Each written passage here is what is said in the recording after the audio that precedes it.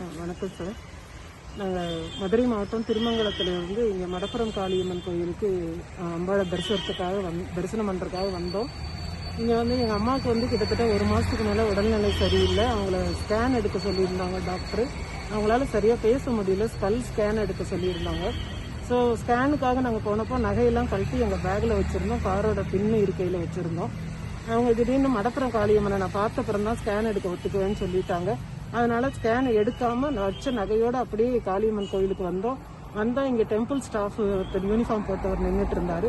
இவங்களுக்காக wheel chair கேட்டேன் நான். அவர் வீல் சேர் கொண்டு வந்து கொடுத்துட்டு காரை நானே கொண்டு போய் நிப்பாட்டிட்டு வரேன்னு எங்ககிட்ட கார் சாவி வாங்கிக்கிட்டாரு. உள்ள நான் வீல் சேரோட அம்மாவோட கோயிலுக்குள்ள சாமி தரிசனம் பண்ண போயிட்டு ரொம்ப நேரம் கழிச்சு தான் சாவி எங்களுக்கு கொண்டாந்து கொடுத்தாரு. திரும்ப ரிட்டர்ன் நாங்கள் வண்டியை அவரை எடுத்துட்டு தர சொன்னோம். இப்போ வண்டி எடுத்துட்டு தந்தாரு. அப்படியே நாங்கள் கிளம்பிட்டோம். கொஞ்சம் தூரம் போனோடனே இவங்க சாப்பிடலையேன்னு சொல்லிட்டு நான் இவங்களை சாப்பிட்றீங்களாமான்னு கேட்டேன். அப்புறம் நகையெல்லாம் போட்டுக்கோங்க, ரொம்ப மொட்டையா இருக்குன்னு சொல்லிட்டு பின்னாடி திரும்பி பேக்ல பார்க்கும்போது பேக் வெளியே கிடந்தது. அதில் பார்த்தா நகையெல்லாம் இல்லை. திரும்ப அப்படியே யூட்டர்ன் எடுத்து டெம்பிளில் நாங்கள் ஹெச்ஆர்என்சி ஆஃபீஸில் கம்ப்ளைண்ட் பண்ணோம். அவங்க சொன்னாங்க, அவங்க நல்லா ஹெல்ப் பண்ணாங்க. அப்புறம் அங்கேருந்து இங்கே திருப்போணம் போலீஸ் ஸ்டேஷனுக்காக நாங்கள் கிட்டத்தட்ட மதியானம் 2 மணிக்கு இப்போ வரைக்கும் போலீஸ் ஸ்டேஷனில் தான் இருக்கோம். எங்களை கூப்பிட்டு என்ன நடந்ததுன்னு கேட்கல. இன்ஸ்பெக்டர் வருவார், வெயிட் பண்ணுங்கன்னு சொல்லியிருக்காங்க.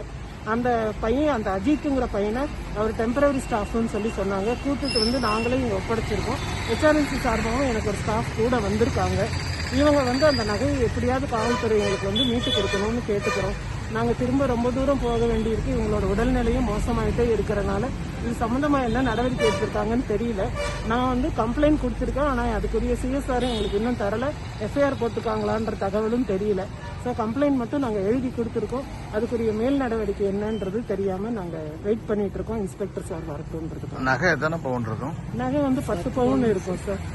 10 பவுன்ல செயின், வளையல், மோதிரம் எல்லாம் சேர்ந்து 10 பவுன் இருக்கும்.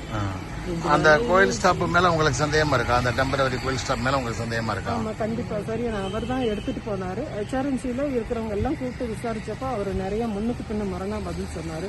என்கிட்ட 500 ரூபாய் கேட்டு அவர் கொஞ்சம் தகராறும் பண்ணாரு. வீல் சேர் கொண்டு வந்தாலும் 500 ரூபாய் கொடுங்க, நாங்கள் 5 ஸ்டாஃப் இருக்கோம் அப்படின்ற மாதிரி சொன்னாரு. நான் 100 ரூபாய் தான் கொடுத்தேன்.